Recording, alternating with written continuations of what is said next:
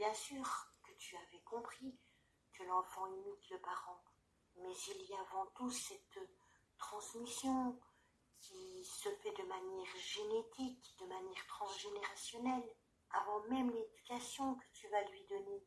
Alors bien sûr, on n'a pas eu la même vie, mais on a eu ce même vécu d'enfance, enfance construite dans une famille insécure et dysfonctionnelle, avec une problématique de violence conjugale, d'alcoolisme, de précarité sociale, placement au foyer, adolescence en marge de la société, addiction, prostitution. Et les neurosciences maintenant nous ont appris que cela va se répéter automatiquement. Et c'est par des partages que j'essayais de t'apporter ces clés de compréhension et donnant des exemples sur ce qui nous concernait, dont on pouvait se reconnaître dedans.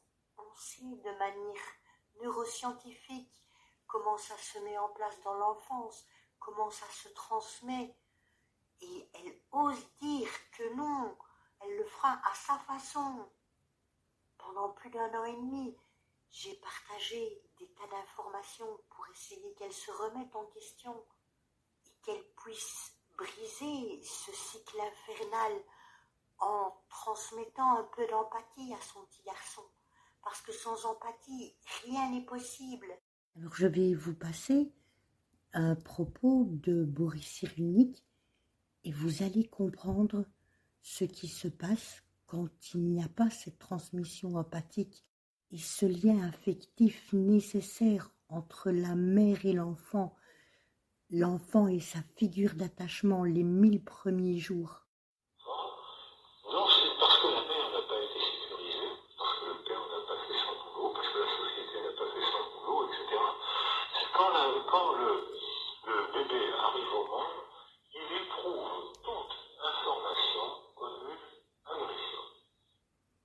Et vous voyez les échanges avec elle, qu'ils soient texto ou audio, et vous en aurez quelques exemples que je vous donnerai.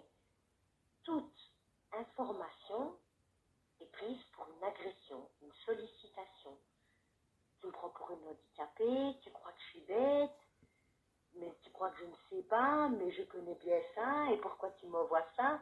Toujours avec, voilà.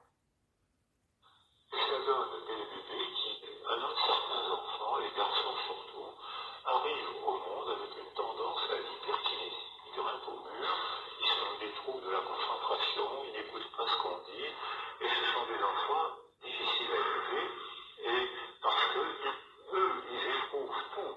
La moindre information, ils l'éprouvent comme une agression, comme une sollicitation.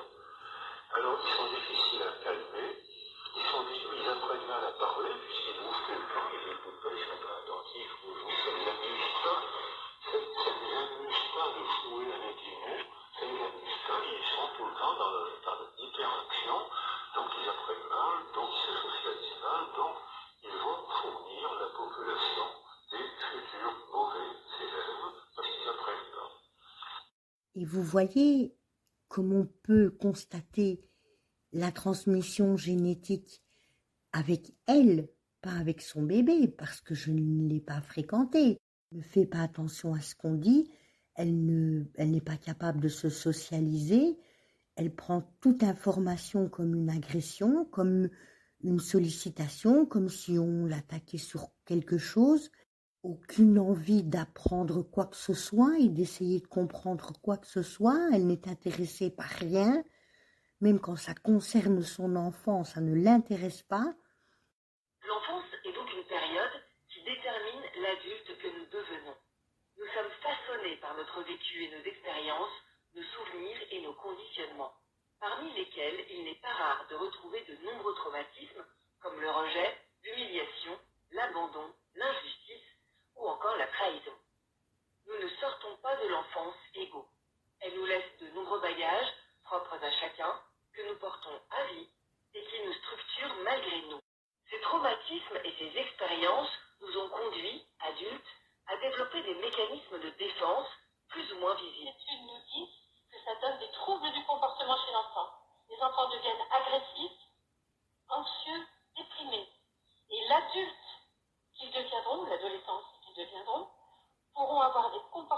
violent et être addict à l'alcool et aux drogues.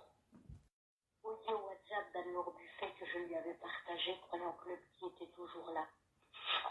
Qu'elle réouvre la parole régulièrement. Toujours.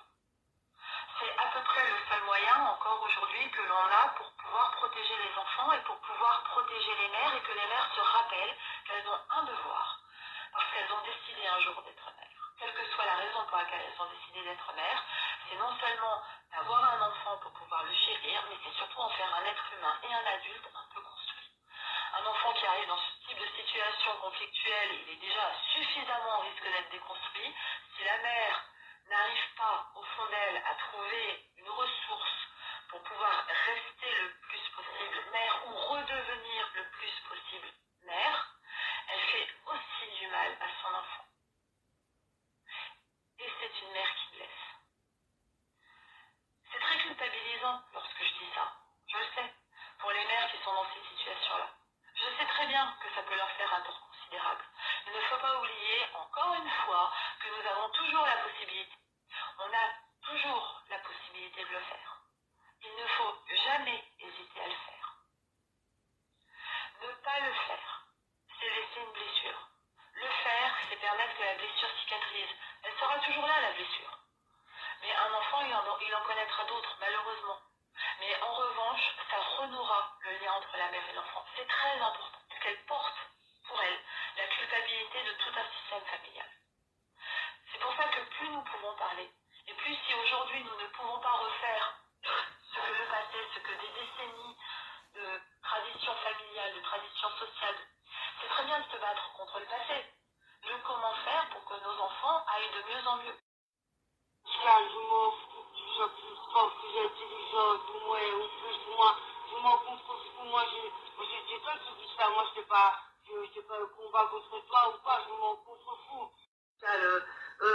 Franchement, si tu as compris comme ça à la vie, ma chère Hazard, j'en ai marre de me battre avec toi. Ok? Alors si tu as dit, parlons ensemble, du bouton, de la pluie, du machin, du bazar, ok? Mais, s'il te plaît. Donc vous voyez, d'abord elle me dit qu'elle en a marre de se battre avec moi, et puis après elle dit que c'est moi qui raconte des histoires, qu'elle elle ne dit jamais qu'elle fait un combat avec moi. C'est pas vrai. Est-ce que vous voyez, le tout et son contraire. La réduction caractérise par la suppression de certains mots jugés inutiles. En supprimant des mots, donc en réduisant l'étendue du vocabulaire, on induit un appauvrissement de la pensée.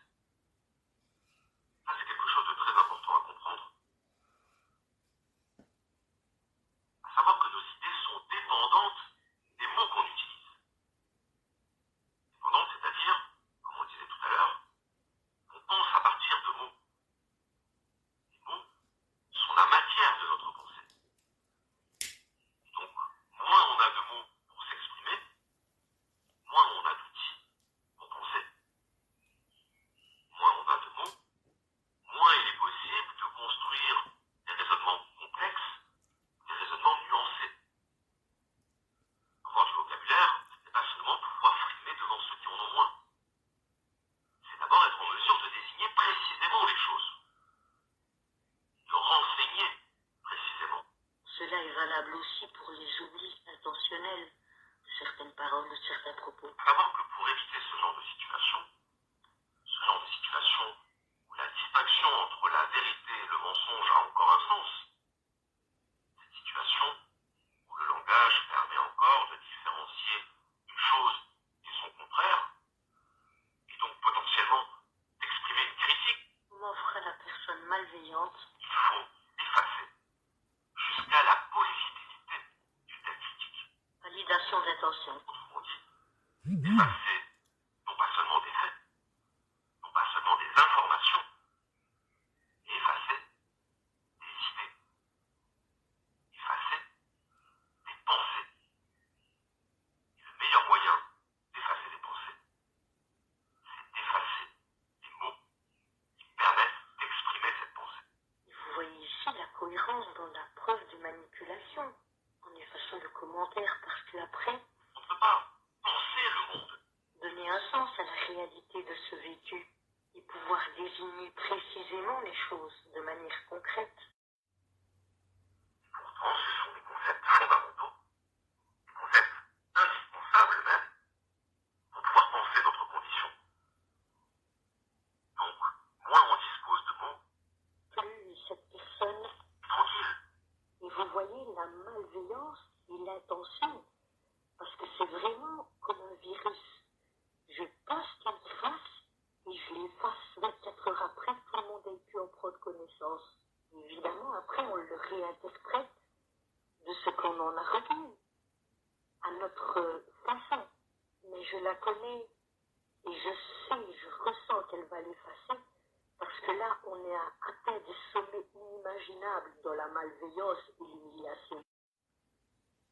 Mais Pascal, tu crois quoi? Tu crois que je suis handicapée ou quoi? Tu crois que les erreurs que moi j'ai fait, j'essaye pas de pas les refaire avec mon fils pauvre, ça, mes parents ont fait avec moi. Tu crois quoi? Pour moi, là, hein, personne n'est parfait. Si, moi aussi j'ai fait des erreurs avec ton mère, mais je ne comprends pas pourquoi tu m'envoies ce soutien. Moi, j'essaye de faire au mieux. Donc voilà, Donc, vous voyez, je m'en fous que tu sois plus intelligente, de me battre avec toi, Ben, arrête de dire ça, s'il te plaît. Parce que chaque fois que j'ouvre la bouche, tu me dis, mais tu crois que je suis handicapée, mais tu crois que je suis bête. En me répétant à tous les textos que nous avons échangés, je ne comprends pas, je ne comprends pas. Et si j'essaye de t'expliquer, de reformuler parce que tu ne comprends pas, eh ben tu me diras que je te prends pour une handicapée, que je me la joue HP, que je crois tout savoir, mais tu signeras quand même ton commentaire par « Je suis bête et méchante, pardonnez-moi ». Vous voyez tout le temps l'ambivalence dans le propos et qui des fois va sortir être complètement hors sujet, n'aura plus rien à voir du tout avec ce dont on était en train de parler. Ou alors, ben, elle va l'effacer. Mais quelque chose qui est sûr à 100%, c'est qu'elle ne répondra jamais à vos questions. Jamais, jamais, jamais ils ne répondent aux questions qui leur sont posées. Ils vont changer de sujet, bifurquer sur autre chose, vous attaquer, vous reparler d'un truc qui s'est passé il y a 5 ans, mais elle ne répondra pas à la question qui est posée. Bien sûr que tu avais compris que l'enfant imite le parent, mais il y a avant tout cette transmission qui se fait de manière génétique, de manière transgénérationnelle, avant même l'éducation que tu vas lui donner.